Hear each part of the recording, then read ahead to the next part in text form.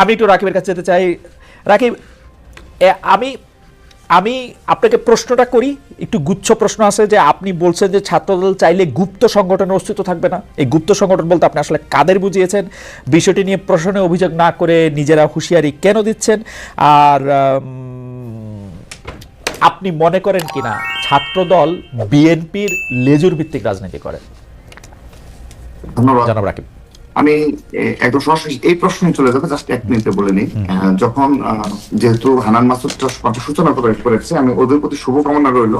কিন্তু যখন এখন পর্যন্ত একজন বহিষ্কার করেনি, কিংবা শীর্ষ পর্যায়ে থেকে যখন একজন সুক্রোজ খাবে, বহিষ্কার হবে, তখন বুঝতে পারবে এটা দ্বারা সারা দেশে কি ধরনের মেসেজ যায়। একটা বাজে মেসেজ যায় কারণে এর আজকের দিন পর্যন্ত ওদের সংগঠনের একজনের বিরুদ্ধে কোনো ব্যবস্থা নেয়নি। নিলে দেখা যাবে যে তৃণমূলের প্রভাব করবে। তো যাই হোক, আমি ওদের অত্যন্ত সাফল্য কামনা করি এবং বহিষ্কারের যেভাবে হেসে উড়িয়ে দেয় প্রতিটা টকশোতে দেখি যে এই বহিষ্কার হ্যান্সের এর একটা নেগেটিভ দাঁড় করা।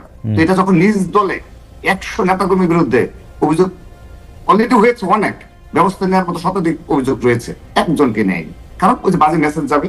কিন্তু ঠিক আছে, নেগেটিভ দাঁড় করা। দ্বিতীয়ত আরেকটি বিষয় বলি, হান্নান মাসুদ সহ যারা এই নিজ নিজ আসনে যেখানে এমপি ইলেকশনের স্বপ্ন দেখে, সেখানে যদি 7 মাসে 1 থেকে 2 বার গিয়ে মনে করে ঢাকায় বসে বসে আমি এমপি হয়ে যাব, এটি কিন্তু খুবই ষড়যন্ত্রমূলক ভাবে সাধারণ জনগণ দেখে থাকে, এলাকার জনগণ, যে তার শক্তি কোথায়, আমাদের কাছে আসছে না, আমাদের সাথে কথা বলছে না, আমাদের সুখে দুঃখে নাই, তাহলে সে ঢাকায় বসে বসে 7 মাসে 2 বার কে কিভাবে রাজনীতি করবে সেটা তো আপনি বলে দিতে বা ঠিক করে দিতে পারেন। জনগণের মনোভাব, বাংলাদেশের যে রাজনীতি এটা সেটা যে সাধারণ জনগণের কাছ থেকে তাদের দুঃখ দুর্দশা সম্পর্কে অবহিত। ওকে, আপনার সাজেশন ওনারা শুনতেও পারেন, নাও শুনতেও পারেন, এটা ওনাদের ব্যাপার।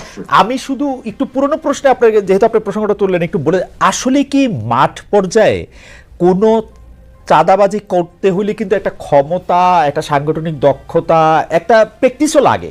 এই বিএনপি ছাড়া, ছাত্রদল ছাড়া আর কারো কি এই প্র্যাকটিস আছে এখন এই মুহূর্তে? মানে বৈষম্য বিরোধীরা চাইলে কেউ চাঁদা দিবে না? এটা তো বিভিন্ন নিউজে আসছে যে বৈষম্য বিরুদ্ধে সরকারের অভিযোগ আসছে। আমি তো ভাই ওই বিষয়ে স্পষ্ট করেছি যে অবশ্যই কিছু বিপদগামী দলীয় নেতাকর্মী রয়েছে, তাদের ব্যবস্থা নেওয়া হচ্ছে। অল্প কিছু যদি নেওয়া না হয়ে থাকে সেটা নেওয়া হবে, কিন্তু আপনি এই বিভিন্ন এলাকায় প্রভাবশালী গোষ্ঠী থাকে, প্রভাবশালী পরিবার থাকে এবং সন্ত্রাসীদের কোনো দল নেই, এটি আপনাকে মনে রাখতে হবে। আমরা সেটা অন করি, আমরা শুধু মুখে না, আমাদের শুধু বক্তব্য না, আমরা সেই সাংগঠনিক ব্যবস্থা নেওয়ার মাধ্যমে এবং দল থেকে ছিন্ন করার মাধ্যমে সেটা নিয়ে থাকি। আপনি আমাকে বলেছেন গুপ্ত সংগঠনের বিষয়ে প্রশ্ন করেছেন ভাই, আমি স্পষ্টভাবে বলছি, বাংলাদেশে এই আগামীতে যে ছাত্র রাজনীতি ক্যাম্পাস গুলোতে অব্যাহত রয়েছে এবং জুলাই আগস্টের পরবর্তী বাস্তবতায় এখনো যারা এই ধরনের গুপ্ত রাজনীতি চালিয়ে যাচ্ছে, তারা সাধারণ শিক্ষার্থীদের সাথে অপর ছাত্র সংগঠনের একটি দূরত্ব তৈরি করছে। এবং কারা তারা? ছাত্র শিবির, ইসলামী ছাত্র শিবিরের কথা বলেছেন। হ্যাঁ, এবং সেগুলো কিন্তু অবশ্যই ভবিষ্যতে আপনার অতীতের ধারাবাহিকতা, ভবিষ্যতেও কিন্তু সাধারণ শিক্ষার্থীর একটা বাজে মেসেজ যায়, কারণ কেউ না কেউ তাদেরকে ট্যাগ দিবে। তো আপনার আদর্শ নিয়ে আপনি কথা, যেমন ইতিমধ্যে ছাত্র শিবির তাদের পেজে দেখা যায় যে বেশ কিছু কাজ করছে, আমরা নিজেরা অ্যাপ্রিশিয়েট করছি। ছাত্র দল কখনো ভালো কোনো কাজে আমরা কখনো নেগেটিভ দেখাই না। রাকিব, আপনি রাজনীতি সচেতন তো নিশ্চয়ই, আরো মানে আপনি কবে থেকে রাজনীতি সচেতন? আপনি আমাকে একটু সালটা বললে আমার একটু প্রশ্নটা করতে সুবিধা হতো। মানে রাজনীতি সম্পর্কে আগ্রহ আছে বা বোঝেন? কারণ অনেকে অনেক দ্রুত শুরু করে।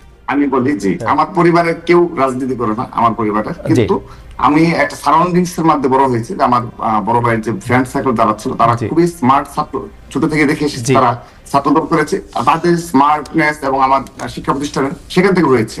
আমি